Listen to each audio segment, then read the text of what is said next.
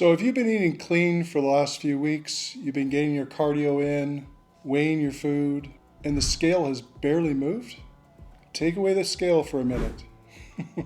Because weight doesn't equal fat loss. And all of us want to lose fat, not weight.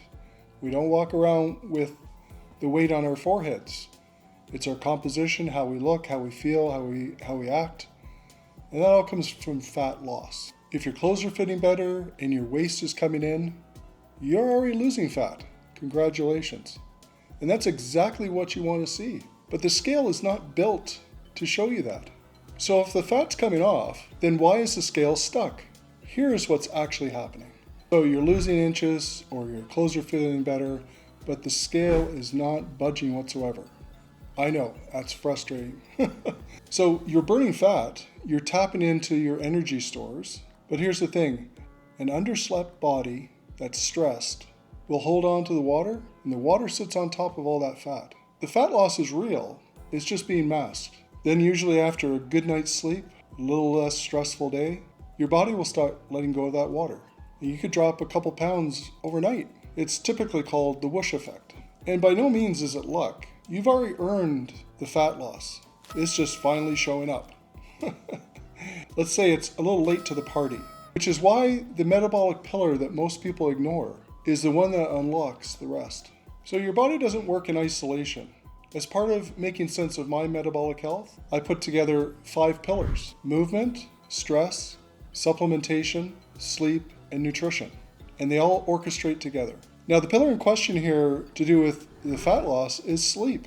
When you're under stress, overweight, the last thing you want to do is damage your hormones by cutting more calories, especially the healthy ones. The healthy meats and fats your body craves, and by you cutting that out, trying to force it to comply, you're not going to win. So do not get that reaction when you're stalling. In the 5 pillars of metabolic health that I put together, my engineering brain, I've got a few years under my belt in engineering. My approach was to do things in isolation and understand and listen more than try to dictate what my body should do. Mine was trying to align myself to make my body part of the discussion, part of the reasoning, instead of trying to override and veto it, fit into my lifestyle. I'm sure that you know, and it's probably one of the things that is one of the pillars, or 2 pillars I should say, sleep and stress are probably problematic with a lot of people, especially you.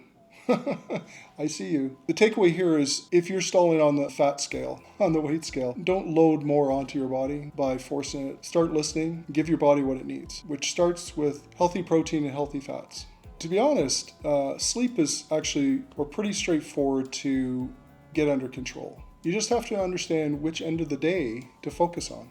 When you're trying to get your sleep under control in order to stop that stall on the weight scale, don't try to fix both ends of the sleep cycle, the end of the day and the beginning of the day at once. You'll find that the goalposts change, so you need to pick one. And for me, through my journey, I found the best one to stick to was the time to wake up in the morning. Set a time, get up at the same time every day, and stick to that as consistently as you can. And if that means setting an alarm so that you can get to a point where you naturally wake up, don't get up 30 minutes before you have to be at work or drive the kids to school or have other commitments. Make sure you set it early enough that you can get up and it's still quiet around the house. Prioritize yourself over other commitments. There is no bigger priority than yourself. So do your best, as we all do. Now, I'm not saying to be selfish.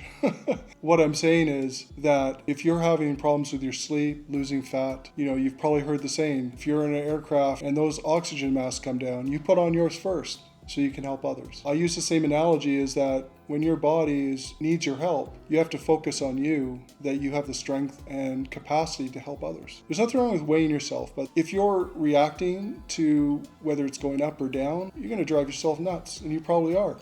I know I did. I think using the scale appropriately and knowing context of what that scale means is more important than a dopamine hit when it's great, when I'm losing, and then I fall into a depressed state when I'm going up. And it's that yo-yo that will drive you nuts, not make any progress. You want to move the needle in the right direction, a positive direction that'll help support you and your body. And that's the way it moves. You know, I handle one of the 5 metabolic pillars at a time, and the weight will come and the fat will release. I also have on my website free metabolic tools. I also have lots of articles and other videos to help you support yourself. These are all either my collections or others that have helped me over the years get to a point where I now am confident that I'm not going back anymore. I'm not falling back into old habits. It's a lifelong journey. This is not a check the box and it's over. So I wish you all the best. Hope you follow along, and see you next time.